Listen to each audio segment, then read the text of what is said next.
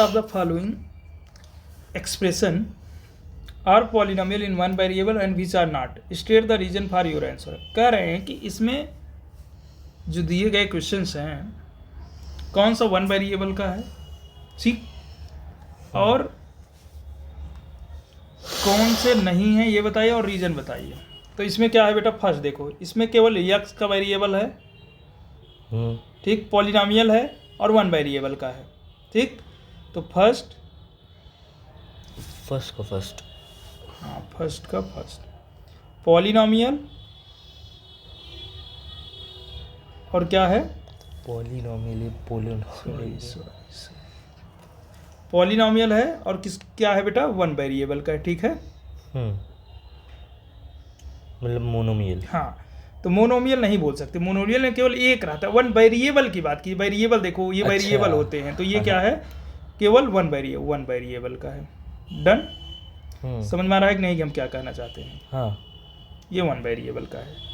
फिर सेकंड वाला, सेकंड में क्या दिया है, ये दिया है y² + √2। इसमें भी देखो वेरिएबल के नाम पे केवल y है, ठीक। इसमें वेरिएबल के नाम पे क्या था, केवल x था, x। तो ये वन वेरिएबल, ये भी कितने क्या हो जाएगा, पॉलिनॉमियल भी है और वन वेरिएबल का है, ठीक। बट यहाँ देखो 3√2 √t और +t√2, तो ये जो है तुम्हारा, पहली बात तो ये पॉलिनॉमियल, ये जो है 3√2, इसको लिखते हैं थर्ड,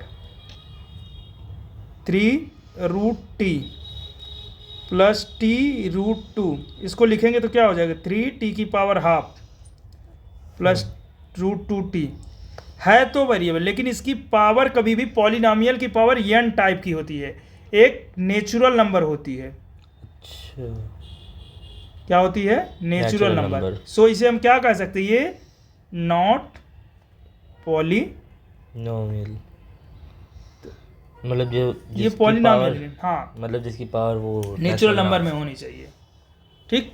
फोर्थ है कि y + 2/y, तो इसे क्या लिख सकते हैं, y + 2, y ऊपर जाएगा तो क्या हो जाएगा, y इनवर्स हो जाएगा। यहाँ क्या आ गया, इंटीजर, तो ये भी क्या नहीं होगा, ये पॉलिनॉमियल ही नहीं होगा, तो नॉट पॉलिनॉमियल। डन।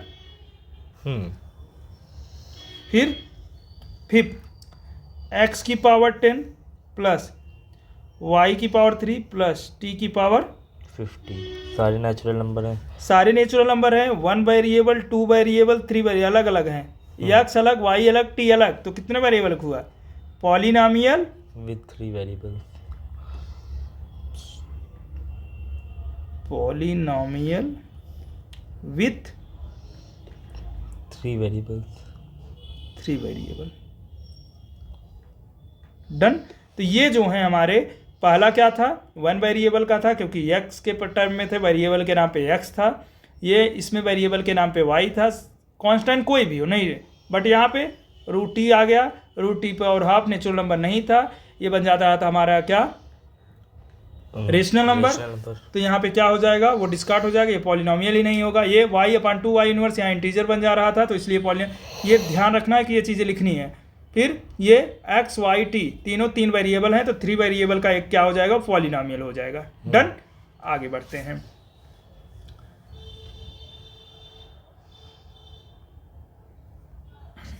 अब कह रहे हैं right the coefficient of x² each of the following. Term होता है और कोफिशिएंट होता है। मान लो अगर टर्म देखा जाए तो टर्म क्या होगा, पहला टर्म ये हो जाएगा 2, ये और ये 3 टर्म इसके बन रहे हैं। अगर देखा टर्म लिखा जाएगा 2 हो जाएगा, x² हो जाएगा और ये क्या हो जाएगा, x हो जाएगा। टर्म की बात की जाती है सेकंड के फर्स्ट में, 2 + x² + x। अब अगर टर्म कोई पूछता है टर्म कितने होंगे, तो टर्म कितने हो जाएंगे इसके, एक तो बनेगा या 2 बन जाएगा कांस्टेंट टर्म, दूसरा क्या बन जाएगा, x² बन जाएगा, तीसरा क्या बनेगा बेटा, यहाँ से ये वाला x बन जाएगा। कोफिशिएंट कितने कितने हैं, x² का भी तो कर सकते हैं, x और x, केवल x², हाँ, यहाँ x, इसका कोफिशिएंट ये वेरिएबल है, वेरिएबल का सामने का क्या होता है, कोफिशिएंट, कुछ नहीं है तो 1, इसका कोफिशिएंट कितना है, 1। तो हमें पूछा है किसका, कोफिशिएंट, क्या coefficient of x square equal to कितना हो जाएगा 1 हो जाएगा। डन। तो यहाँ से जो कोफिशिएंट था यहाँ पे कुछ नहीं है तो यहाँ 1, तो इसका जो हो जाएगा वो हो जाएगा कोफिशिएंट 1। सेकंड वाले में देखते हैं। -1। हाँ सेकंड वाले में 2 minus x square plus x cube, अगर आ रहा है तो डायरेक्ट, नहीं तो कोफिशिएंट कर लो। कोफिशिएंट इसके कितने हो जाएंगे, फिर 3 होंगे। पहला 2, दूसरा माइनस एक्स स्क्वायर, तीसरा एक्स क्यूब। इसका देखो कितना बन रहा है, इसको -1 into x square. Minus x square को क्या लिख सकते हैं, -1 इंटू एक्स स्क्वायर। तो इसका क्या हो जाएगा हमारा, सॉरी ये टर्म होगा, गलत लिख दिए। देखो यहाँ पे क्या होगा भैया, टर्म होगा, ये हमारे टर्म है। अब हमें क्या चाहिए, कोफिशिएंट चाहिए। तो कोफिशिएंट इसका कितना हो जाएगा एक्स स्क्वायर का, वो हो जाएगा हमारा -1। डन। फिर बात आती है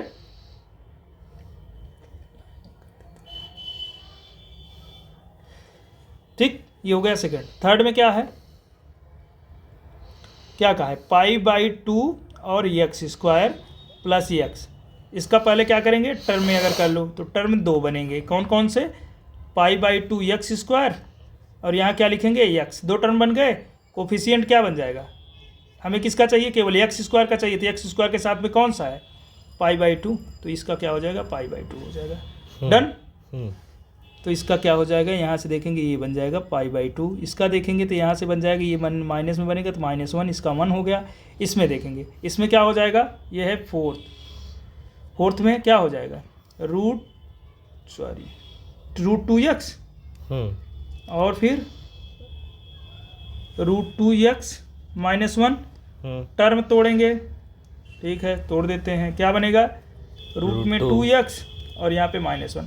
सर हमें क्या चाहिए, एक्स स्क्वायर का, तो +0 एक्स स्क्वायर लिख सकते हैं, नहीं लिख सकते हैं। हाँ। कुछ नहीं है तो एक और तोड़ लो तो ये हो जाएगा 0 एक्स स्क्वायर। बट हमें इन सब से कोई मतलब ही नहीं है, हमें मतलब है केवल इससे।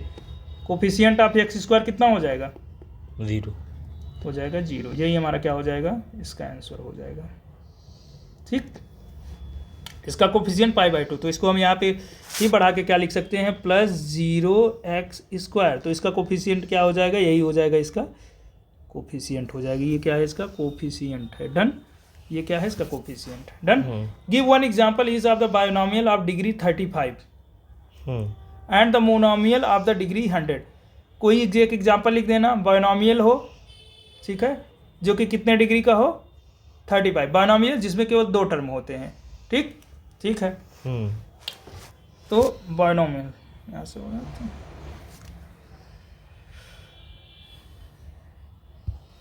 ये ले लिए हम, कोई भी बायनोमियल हम ले लेते हैं। कितना दिखाना है डिग्री, चलो x, ये थर्ड है, x की पावर 35 प्लस क्या लिख देते हैं, 2 टर्म जिसमें